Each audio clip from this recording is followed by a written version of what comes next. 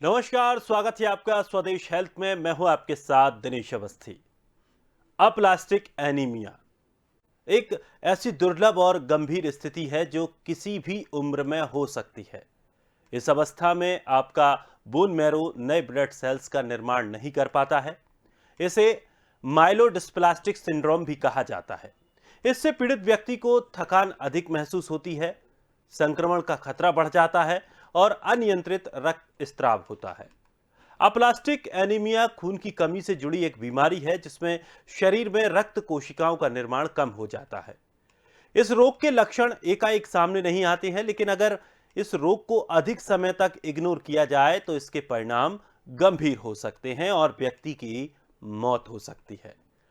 कुछ वैज्ञानिकों के अनुसार ऑटो इम्यून रोग के कारण भी अप्लास्टिक एनीमिया विकार विकसित होने का जोखिम बना रहता है। इसलिए रोग प्रतिरोधक क्षमता बोन मैरो के भीतर स्टेम कोशिकाओं को क्षति पहुंचाने लगते हैं।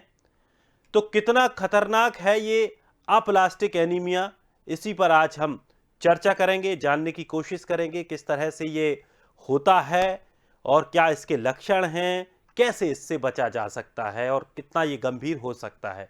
चलिए मेहमानों से परिचय कराते हैं। हमारे साथ कुछ ही देर में मेहमान जुड़ने वाले हैं, लेकिन उससे पहले आपको बता दें कि जिस तरह से एनीमिया को लेकर हम चर्चा कर चुके हैं हमारे इस कार्यक्रम में, उसी को लेकर अब ये अप्लास्टिक एनीमिया है जो एनीमिया से ही संबंधित बीमारी है, लेकिन ये एक उससे भी ज़्यादा खतरनाक है और इसकी साफ वजह है कि जो हमारे इम्यून सिस्टम बॉडी का होता है, हमारी जो प्रतिरोधक जो क्षमता होती है, उस प्रतिरोधक क्षमता अगर कमज़ोर हो जाती है तो उस पर ये अप्लास्टिक एनीमिया हैवी हावी हो जाता है और ये अपना प्रभाव बढ़ा देता है, जिससे कि व्यक्ति की मृत्यु तक हो सकती है और ये जो प्रतिरोधक क्षमता है उसको कम भी करता है। तो आज इसी पर चर्चा करेंगे। मेहमान हमारे साथ जुड़ रहे हैं, कुछ ही देर में मेहमान हमारे साथ जुड़ जाएंगे। हमारे साथ डॉक्टर रश्मि वर्मा, जनरल फिजिशियन, डॉक्टर करण पीपरे, पूर्व अधीक्षक एम्स रायपुर।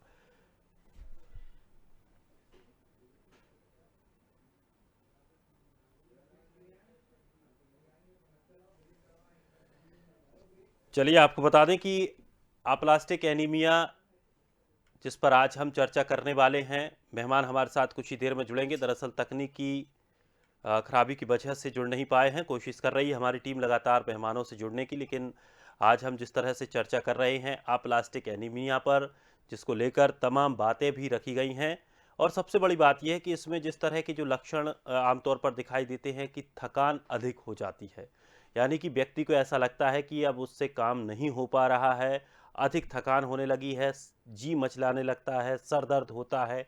तो ये तमाम इस तरह के लक्षण हैं इसके, जिससे कि ये पता चलता है कि वाकई अब किसी तरह की कोई खराबी है। लेकिन इसके लिए एक सबसे बढ़िया बात ये है कि जब हम ब्लड टेस्ट कराते हैं तो टेस्ट में इस तरह की बीमारियां और इस तरह के जो संक्रमण हैं वो पकड़ में आ जाते हैं और उसका अगर सही तरीके से ट्रीटमेंट किया जाता है, विशेषज्ञ डॉक्टरों द्वारा उसका अगर ट्रीटमेंट किया जाता है तो उसमें लाभ भी मिल जाता है। लेकिन अगर उसका सही समय पर ट्रीटमेंट नहीं हो पाया, ये अपनी स्थिति से बाहर हो जाता है, तो ये जानलेवा भी हो सकता है। चलिए मेहमान हमारे साथ जुड़ गए हैं, दोनों मेहमानों का बहुत बहुत स्वागत है। सबसे पहले डॉक्टर रश्मि, आपसे जानना चाहेंगे आखिर क्या है ये अप्लास्टिक एनीमिया और एनीमिया से ये कितना अलग है? जी दिनेश जी, ए प्लास्टिक अनीमिया जो नाम है वो एक मिसनॉमर है। इसलिए क्योंकि अनीमिया का मतलब होता है सिर्फ रेड ब्लड सेल्स की कमी। हमारे ब्लड में तीन इंपॉर्टेंट तरीके की सेल्स होती हैं, red blood cells, white blood cells और प्लेटलेट्स। तीनों का ही बहुत ही इंपॉर्टेंट काम होता है। जो रेड ब्लड सेल्स होती हैं वो हमारे शरीर में ऑक्सीजन का ट्रांसपोर्ट करती हैं, बहुत ही इंपॉर्टेंट काम रहता है। इसके अलावा जो व्हाइट ब्लड सेल्स होती हैं ये हमारे शरीर को इन्फेक्शन से बचा के रखती हैं, मतलब रोग प्रतिरोधक क्षमता जो है शरीर की वो व्हाइट ब्लड सेल से लिंक की जाती है। इसके अलावा जो प्लेटलेट्स तीसरे प्रकार की सेल होती हैं, ये हमारे शरीर में यदि कहीं चोट लग जाए तो जहां पे खून का रिसाव होता है उस वहां पे एक्स्ट्रा खून का रिसाव ना हो, एक क्लॉट का फॉर्मेशन करवाती हैं। तो तीनों ही सेल्स बहुत ही इंपॉर्टेंट होती हैं। जब भी किसी भी कारणवश तीनों सेल्स का सिंथेसिस मतलब बनना, जो सामान्य रूप से बनना है वो रुक जाए, ऐसी कंडीशन में ए प्लास्टिक अनीमिया की बीमारी उत्पन्न हो जाती है। जो ये तीनों सेल्स होती हैं ये हमारे शरीर में बोन मैरो से बनती हैं। यदि कोई भी कारण ऐसा है जिसकी वजह से बोन मैरो सप्रेस हो गई है और नॉर्मली इन सेल्स का सिंथेसिस नहीं कर पा रही है, मतलब इन सेल्स को सही तरीके से नहीं बना पा रही है, तो जो बीमारी उत्पन्न होती है उसे हम एप्लास्टिक अनीमिया कहते हैं। कारण क्या है, क्यों एप्लास्टिक अनीमिया होता है? सबसे पहली चीज, ये बीमारी किसी भी एज ग्रुप में हो सकती है, मतलब किसी भी एज का व्यक्ति, किसी भी उम्र के व्यक्ति को एप्लास्टिक अनीमिया नाम की बीमारी हो सकती है। यदि रेडिएशन का एक्सपोजर, मतलब किसी भी तरीके की एक्सरेज या कोई भी हार्मफुल रेज का एक्सपोजर अगर नॉर्मल से ज्यादा रेशियो में होता है तो aplastic anaemia, bone marrow suppression हो सकता है। इसके अलावा कीमोथेरेपेटिक एजेंट, मतलब कैंसर में यूज करी जाने वाली दवाएं कई बार बोन मैरो सप्रेशन करवा देती हैं और एप्लास्टिक अनीमिया हो सकता है। टॉक्सिक केमिकल्स की बात करना चाहूंगी, पेस्टिसाइड्स है, हर्बिसाइड्स है, इंसेक्टिसाइड्स है। आजकल हम लोग बहुत केमिकल्स का यूज कर रहे हैं।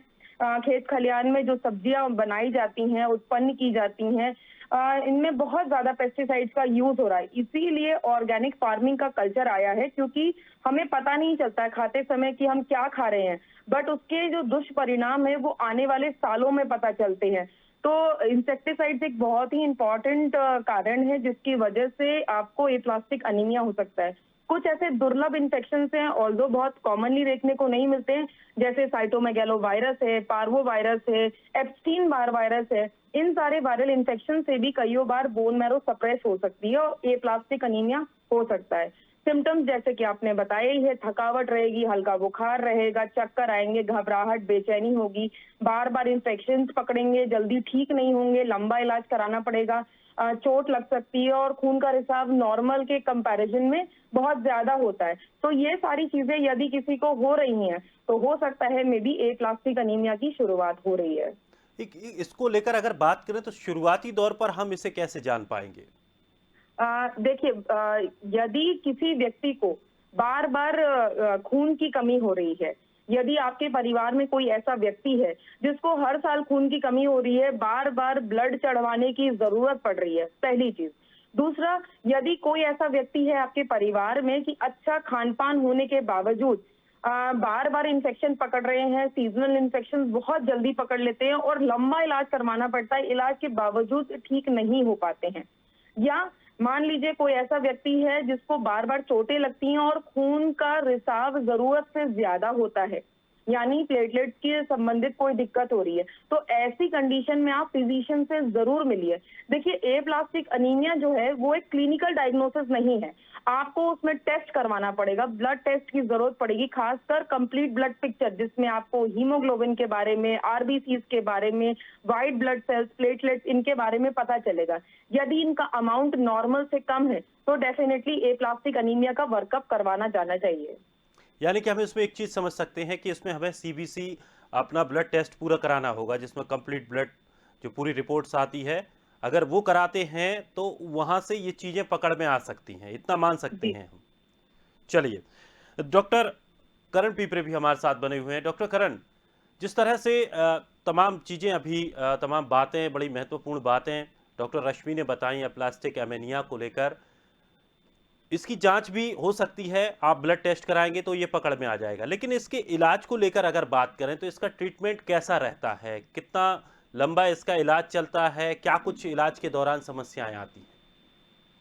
देखिए, रक्त अल्पता बोलते हैं इसको हिंदी में, एनीमिया को रक्त अल्पता बोलते हैं। और जब हम बात करते हैं एनीमिया की, तो उसके बहुत से प्रकार हैं, जैसे डॉक्टर रश्मि जी ने भी बताया। और ये जो एप्लास्टिक एनीमिया है, इसमें जो बोन मैरो होता है, जहाँ पर रक्त की कोशिकाएं बनती हैं, आरबीसी, डब्ल्यूबीसी और प्लेटलेट, ये खास कोशिकाएं रहती हैं और इनका नॉर्मली निर्माण लगातार होते रहता है। यदि किसी प्रकार से बोन मैरो में इस प्रकार का अवरोध आ जाता है, कम प्रोडक्शन होता है या स्टॉप प्रोडक्शन होता है, बंद हो जाता है, तो एप्लास्टिक बोलते हैं। उसका निर्माण बंद हो गया और कम हो गया तो एप्लास्टिक एनीमिया हो गया। एनीमिया तो सभी को मालूम है कि हीमोग्लोबिन की मात्रा अगर कम हो जाती है, खून की जांच करते हैं और हीमोग्लोबिन जो कि आरबीसी में रहता है, हीमोग्लोबिन उसका कमी होने से उसमें ऑक्सीजन भी हमारे बॉडी में जाती है एक एक सेल्स में, उसके द्वारा ऑक्सीजन और खून की अगर रक्त की कमी होती है, हीमोग्लोबिन का परसेंटेज कम होता है, तो हमारे शरीर में थकान आती है, कमजोरी आती है। और सबसे पहले तो हमारा शरीर खुद ही, जो लोग भी देखते हैं हमारे चेहरे को, हमारी आंखों को, हमारी जीभ को, हमारे होठों को, हमारे जो गदेलियां हैं, हाथ की स्किन है या फिर नाखून है, उसमें सफेदी आ जाती है और करीब करीब एक हल्का सा पीलापन सा भी आ जाता है, सफेद हो जाते हैं हमारे, क्योंकि अब आरबीसी में हीमोग्लोबिन की मात्रा कम होने से ये पहचान में भी आ जाती है। और यदि आपको इस प्रकार से हो रहा है तो ये मान के चलिए कि कोई ना कोई ऐसी चीज आपके बॉडी में हुई है जिसके कारण आपका जो आरबीसी, डब्ल्यूबीसी और प्लेटलेट काउंट है वो कम हो जाएगा, और उसके कारण ये प्लास्टिक एनीमिया को शब्द देते हैं। लेकिन जैसा डॉक्टर साहब ने बताया, रश्मि जी ने, कि इसको आप डायरेक्ट नहीं बोल सकते, इसको सिर्फ हम बोलेंगे खून की कमी, रक्त अल्पता या एनीमिया। ये प्लास्टिक एनीमिया बोलने के लिए हमको इसकी पूरी ब्लड का सैंपल लेकर के माइक्रोस्कोपिक एग्जामिनेशन करना पड़ेगा, डब्ल्यूबीसी, हीमोग्लोबिन और आपका जो आरबीसी है इनको देखना पड़ेगा, तभी हम आप उसमें कमी अगर है और बोन मैरो बायोप्सी होती है उसमें से सेल्स को निकाल करके जब देखेंगे तभी हम उसको बोल सकते हैं, अदरवाइज इसको बोलना बहुत ही मुश्किल है। तो मैं समझता हूँ कि इसकी जो इसका जो ट्रीटमेंट है वो जांच पहले होना चाहिए, और जांच के बाद में उसका कारण पता होना चाहिए, कारण को दूर करना पड़ेगा। उसके बाद ही अगर जरूरत पड़ती है तो सिम्टोमेटिक ट्रीटमेंट भी देते हैं, और अगर कॉर्टिकोस्टेरॉइड चल रहा है उसमें तो उसको बंद भी करना पड़ता है, उससे भी होता बोन मैरो डिप्रेशन होता है। और जैसा आपने अभी सुना होगा कि कोरोना के काल में काफी कॉर्टिकोस्टेरॉइड वगैरह भी दिया गया था। तो ब्लड ट्रांसफ्यूजन होता है, बोन मैरो ट्रांसप्लांटेशन होता है, और आरबीसी भी दी जाती है, डब्ल्यूबीसी की जो सेल्स हैं इसको सेपरेट करके ब्लड से वो भी दी जाती है। यदि प्लेटलेट सेल्स कम है तो उसको भी दी जाते हैं, और इसकी जो आपूर्ति है इसको अगर हम कम करेंगे तो जितने लक्षण हैं वो सब दूर हो जाएंगे, जैसे थकान का आना, उल्टियों का होना, चेहरा सफेद पड़ जाना, कमजोरी लगना, चलने फिरने में सांस फूलना, पैल्पिटेशन होना और हड्डियों का कमजोर होना, ये सब कारण आपके जो रहते हैं वो अगर आपका बोन मैरो नॉर्मल फंक्शन करने लगेगा, इसके जो नुकसान के जो कारण है उसको दूर कर देंगे, ब्लड ट्रांसफ्यूजन हो जाएगा, आयरन सप्लीमेंट्स देंगे, विटामिन देंगे, प्रोटीन देंगे, खाना पीना, फल फ्रूट, ड्राई फ्रूट और जो सीजनल फ्रूट्स होते हैं उसके जूस होते हैं, मौसमी है, संतरे हैं और दूसरी और चीजें हैं, अच्छा खाना पीना देने से इसका जो माइलोब्लास्टिक सिंड्रोम है जिसको कई प्रकार से मिल करके साइन और सिम्टम्स मिल करके बनता है वो दूर हो जाएगा, और पीड़ित व्यक्ति जो है वो उसकी जो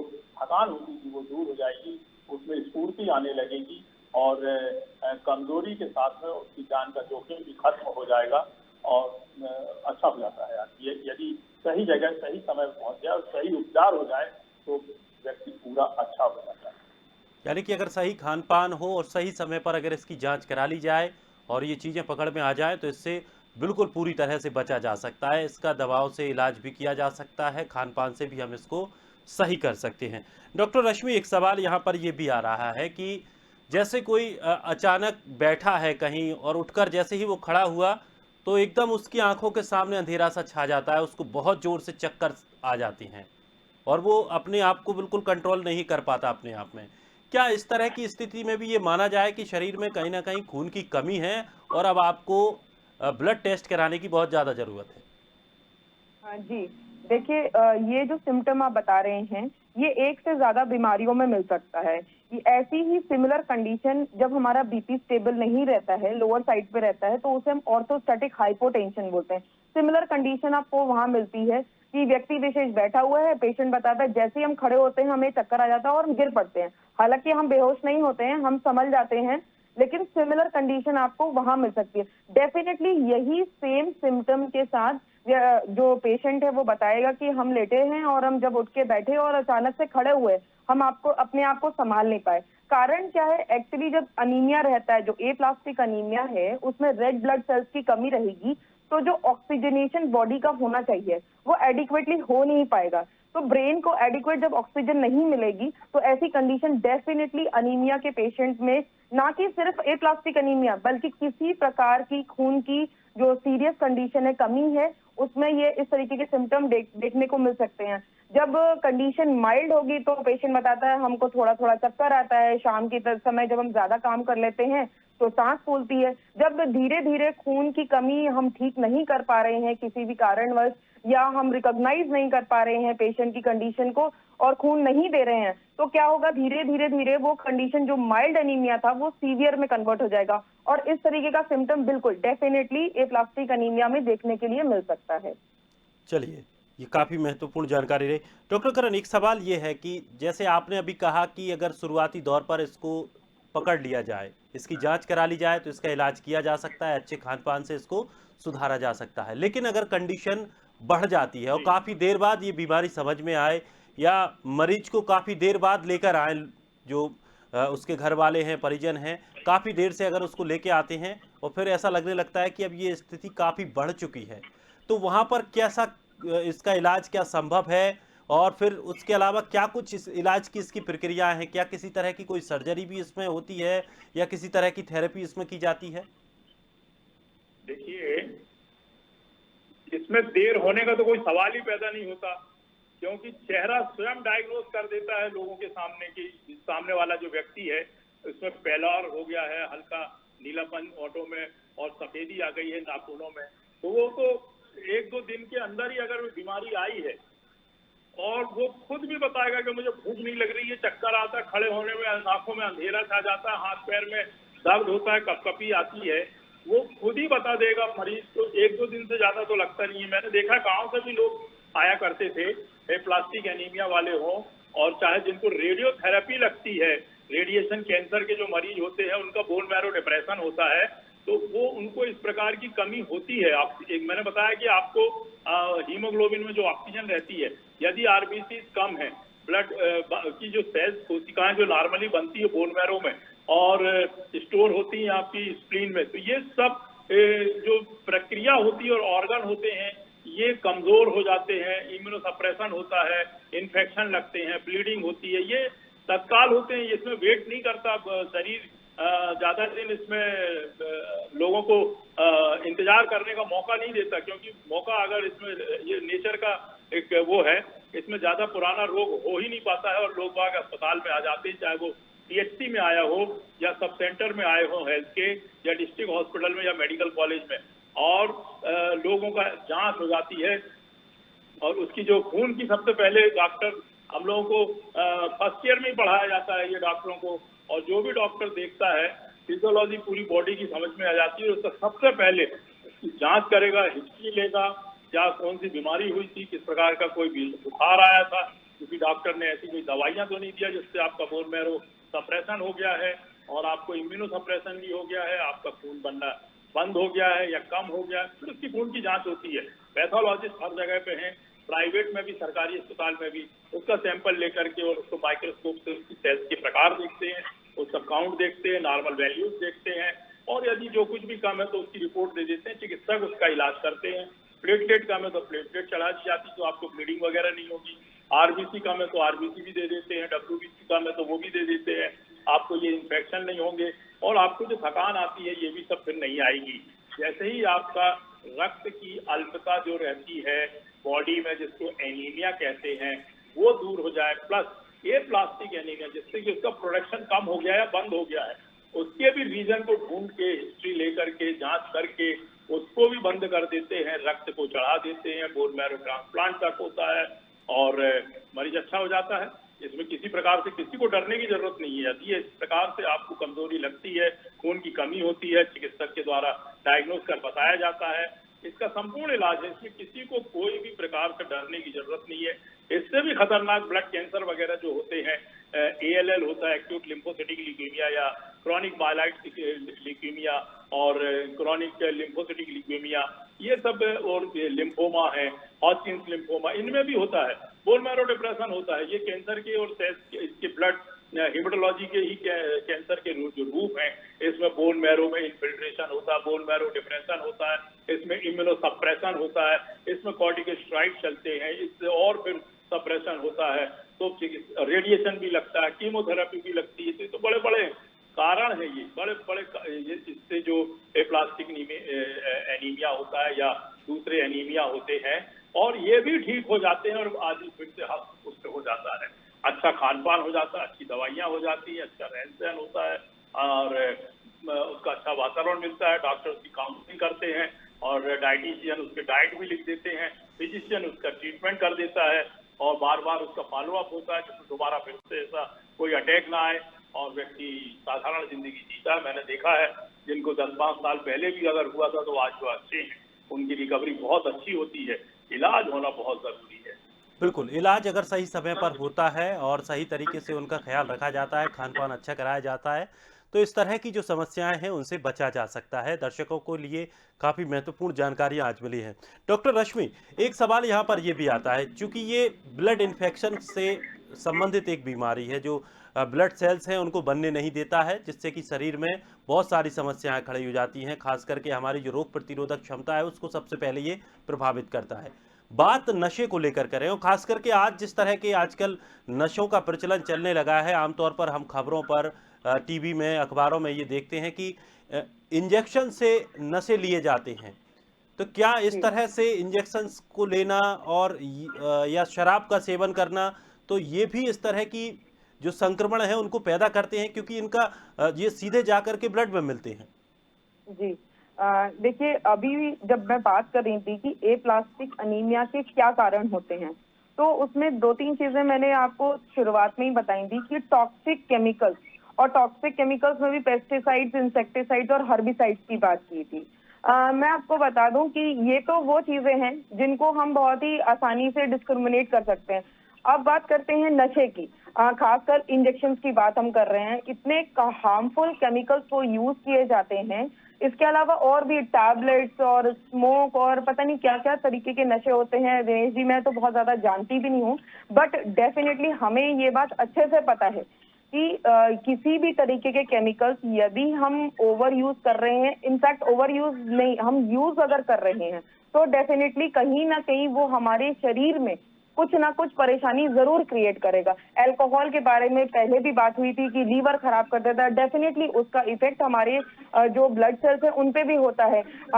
जो अल्कोहल होता है वो विटामिन B12 की बहुत ही सीवियर कमी करवा देता है, जिसकी वजह से प्लेटलेट कम हो जाते हैं, हीमोग्लोबिन कम हो जाता है, हमारे शरीर की रोग प्रतिरोधक क्षमता कम हो जाती है। इंजेक्टेबल जो हम नशे करते हैं, डेफिनेटली वो भी हमारे बोन मैरो को सप्रेस करते हैं। तो आपके माध्यम से ये बात जरूर मैं आगे तक पहुंचाऊंगी लोगों को, जो दर्शक हैं उनको, कि यदि इस तरीके के किसी भी नशे के आप आदी हैं तो कोशिश करिए कि डी एडिक्शन सेंटर जितनी जल्दी हो सके आप पहुंचे, ताकि इन नशों को आप बंद कर सकें।